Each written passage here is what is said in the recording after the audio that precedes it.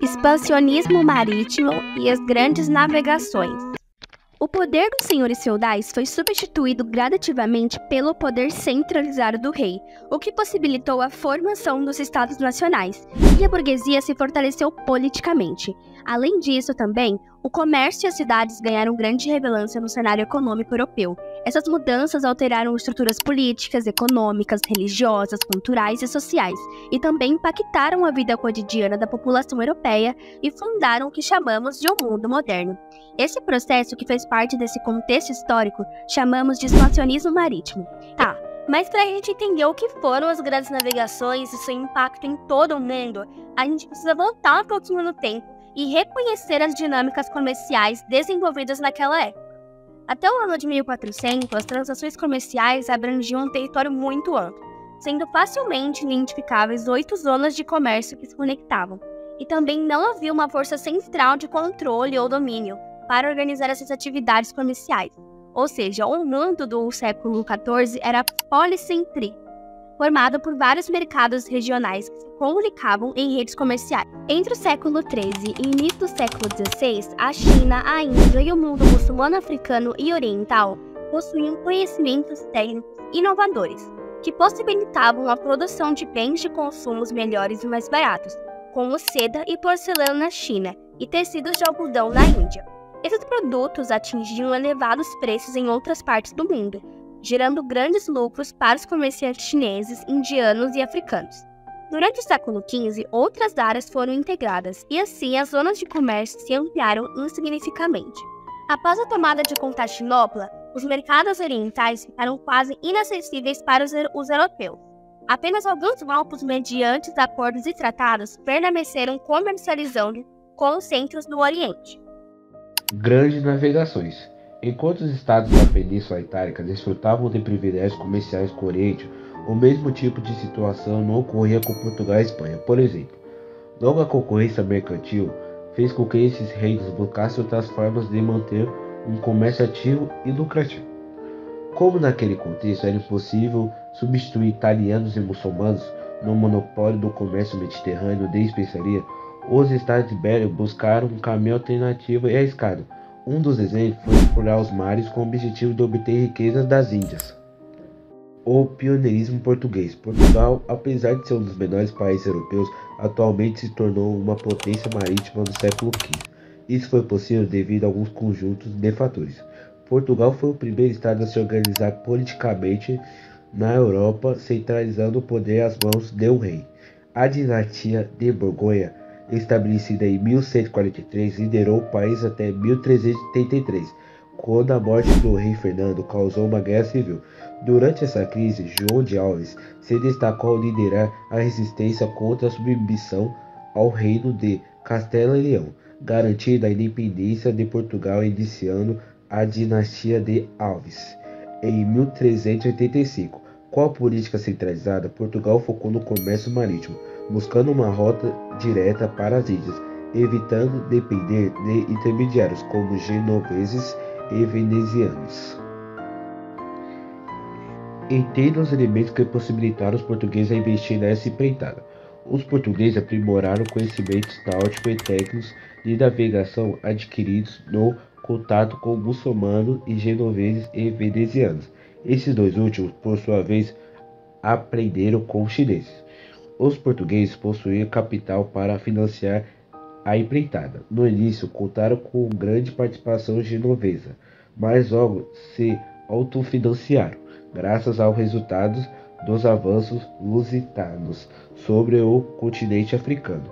A localização geográfica de Portugal era favorável, com a saída para o Oceano Atlântico e próximo à África. Os portugueses foram impulsionados a buscar alimentos, especialmente trigo, em localidades distantes, pois não tinham terras suficientemente cultivantes. A representação do desconhecimento. A empreitada marítima tinha diversos obstáculos. No início, a cartografia e as técnicas de navegação eram pouco desenvolvidas, mas foram aprimoradas com o tempo. Os portugueses difundiram o uso da bússola e desenvolveram o quadrante, objeto usado para calcular as altitudes, e aperfeiçoaram o astrolábio. ferramenta que media a altura dos astros em relação ao horizonte durante as navegações. Tais melhoramentos e invenções favoreceram a prática náutica. Se por um lado a ideia de explorar o oceano parecia assustadora, por outro, quando chegavam a um porto europeu, alguns viajantes relataram terem visto reinos tão ricos em que os telhados e as paredes das construções eram de ouro puro. Enquanto isso, a Espanha iniciou sua expansão apenas após 1492, quando derrotou os muçulmanos e unificou o país sob os reis católicos, conhecidos como Isabel e Fernando. O encontro com Cristóvão Colombo impulsionou a expansão espanhola. Para evitar conflitos entre as duas nações, o Papa Alexandre VI emitiu a Bula Intercoetera, em 1493, dividindo o mundo. Em 1499, o Tratado de Tordesilhas ajustou essa divisão, garantindo parte do território brasileiro aos portugueses. No início do século XV, os portugueses começaram sua expansão marítima, conquistando Ceuta em 1415, uma cidade estratégica no Marrocos. Em seguida, entre 1419 e 1420, tomaram o arquipélago da Madeira, onde iniciaram o cultivo de cana-de-açúcar. Continuaram a explorar a costa africana, trocando mercadorias como armas e tecidos por ouro e escravizados. E em 1488, chegaram ao Cabo da Boa Esperança, abrindo caminho para as Índias. Vasco da Gama, em sua expedição, estabeleceu relações comerciais com o governante de Calicut, fortalecendo o comércio português no Oriente. No Tratado de Tordesilhas, havia um problema. Eles resolviam a questão entre Portugal e Espanha e ignoravam os outros povos. Desse modo, tanto os nativos seriam afetados pela relação com os navegadores, quanto as outras cidades europeias, que achavam injusta a divisão estabelecida apenas entre os reinos ibéricos. Inicialmente, os estados excluídos da expansão marítima, como França e Inglaterra, tentaram encontrar uma nova rota para as Índias, considerando uma passagem pela América do Norte. Até o início do século XVI, China, Índia e o mundo muçulmano se estabeleceram como os principais centros de comércio. Outras regiões do mundo, até então conhecidos, se conectavam com um ou mais desses centros. Foi nesse contexto de descentralização de século XVI, China, Índia e o mundo muçulmano se estabeleceram como os principais centros de comércio. Outras regiões do mundo, até então conhecidos, se conectavam com um ou mais desses centros. Foi nesse contexto de descentralização de relações comerciais, políticas e culturais que a Europa, no século XVI, passou a exercer um papel mais significativo na integração entre os continentes. No decorrer do século XVI, Portugal e Espanha buscaram se consolidar como empreendedores marítimos, desbravando novas rotas comerciais, conectando culturas e exercendo domínio político-administrativo em terras americanas, africanas e asiáticas.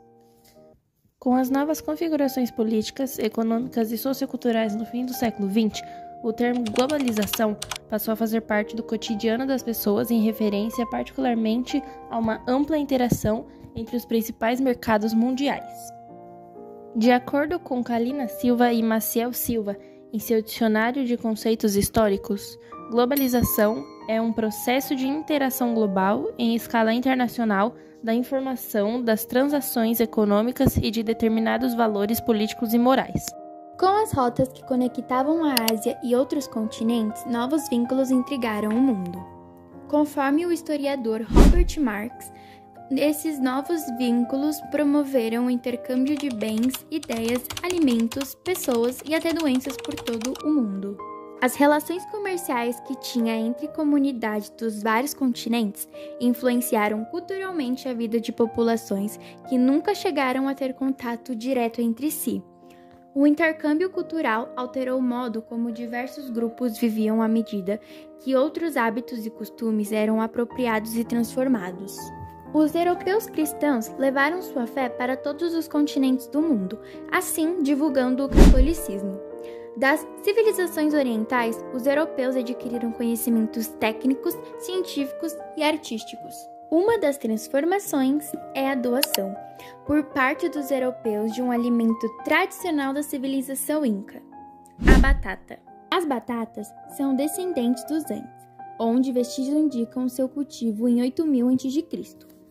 foram levadas para a Europa, principalmente por espanhóis no século XVI, onde eram desconhecidas até então. De primeira, o alimento não foi muito bem recebido pelos europeus, sendo utilizadas para a alimentação dos animais. Com o tempo, os europeus perceberam as vantagens da batata. Era barato, passava fome e tinha bom rendimento de cultivo. Lentamente, a batata ganhou espaço no prato dos europeus e foi fazendo parte da alimentação básica em diversos países, tornando-se bem popular. A batata chegou até a ser retratada em uma pintura do artista holandês Vincent van Gogh, em 1885. O título da obra é Os Comedores de Batata.